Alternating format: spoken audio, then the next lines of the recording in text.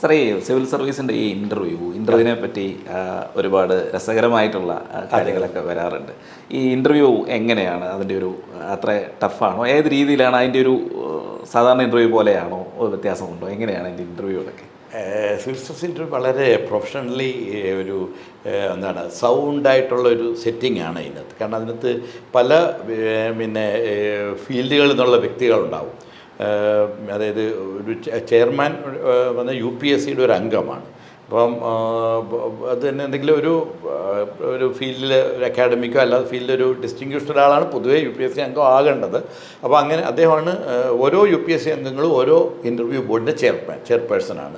അപ്പോൾ അങ്ങനെ ഒരു 5-6 ബോർഡുകൾ ഒരേ സമയം പ്രവർത്തിക്കും. അപ്പോൾ ആ ബോർഡിലൊക്കെ വേറൊരു 6-7 മെമ്പേഴ്സ് ഉണ്ടാവും. അപ്പോൾ അതിൽ ഒരാൾ സിവിൽ സർവീസിൽ നിന്ന് വന്നവരായിരിക്കും. ഒന്നുകിൽ IPS അല്ല IAS ആയി നിന്ന് റിട്ടയർ ചെയ്ത് അങ്ങനെയുള്ളവരുണ്ടാകും. അതുപോലെ തന്നെ ഒരു സൈക്കോളജിസ്റ്റ് ഉണ്ടോ എന്ന് എനിക്കറിയില്ല. പക്ഷേ വേറെ ഓരോ ഫീൽഡ്, ഇപ്പോൾ എക്കണോമിക്സ്, പല സയൻസ് അതുമായിട്ട് ബന്ധപ്പെട്ട് അങ്ങനെയുള്ള എനിക്ക് അതിൻ്റെ എക്സാക്ട് സ്ട്രക്ചർ അറിഞ്ഞൂടാ. എന്നാലും ഡിഫറെൻറ്റ് ഫീൽഡിൽ ഉള്ള ആളുകൾ, അതുപോലെ ഓരോ വ്യക്തിക്കും വൈഡ് നോളജും ഉണ്ടെന്നാണ് ധരിക്കപ്പെടുന്നത്. അപ്പോൾ അങ്ങനെ എന്നാലും അതൊന്നും പെർഫെക്റ്റ് അല്ലെങ്കിൽ പോലും ഇന്ത്യയിൽ നടക്കുന്ന ഇൻ്റർവ്യൂകൾ വെച്ച് ബെസ്റ്റ് ഇതാണെന്നാണ് അത് കാലങ്ങളായി തെളിയിക്കപ്പെട്ട ഒരു കാര്യമാണ്. അത് 100% ശരിയല്ലെങ്കിൽ പോലും one of the very best ആണത്. ഈ ചോദ്യങ്ങളൊക്കെ എങ്ങനെയായിരിക്കും? ഒരു ഫയർ ചോദ്യങ്ങളായിരിക്കും അതോ ഒരു സമയം തന്നുള്ള?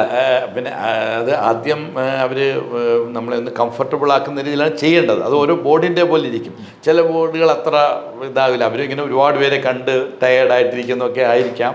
അവിടെയൊക്കെ ഒരു വ്യക്തിപരമായ ഒരു ഇത് വരുമല്ലോ, ഒരു പിന്നെ പ്രിജുഡീസോ അതും ഇതൊക്കെ വരും. അങ്ങനെ ചിലപ്പോൾ അത് ചിലർക്കൊക്കെ ബാധിക്കാറുണ്ട്.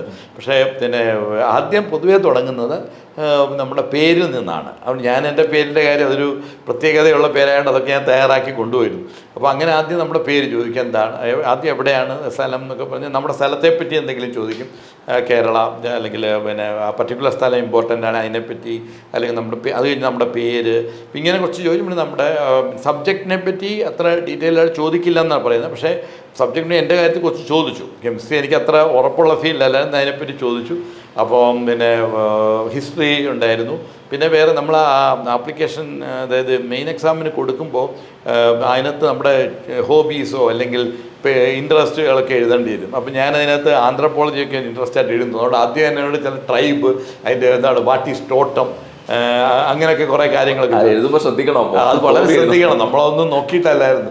അപ്പോൾ അതൊക്കെ എങ്ങനെയോ രക്ഷപ്പെട്ടു. ഏതായാലും ഇൻ്റർവ്യൂ തിരക്കേടില്ലായിരുന്നു എന്നേ പറയാൻ പറ്റും. വളരെ വലിയ ഹൈ മാർക്കല്ലായിരുന്നു. പക്ഷേ എനിക്ക് റിട്ടേൺ വളരെ കൂടുതലുണ്ടായിരുന്നു. അതിൻ്റെ തോതിൽ ഇൻ്റർവ്യൂവിനില്ലായിരുന്നു. അതിലും IPSലെത്തി. അങ്ങനെയാണ് എൻ്റെ കഥ.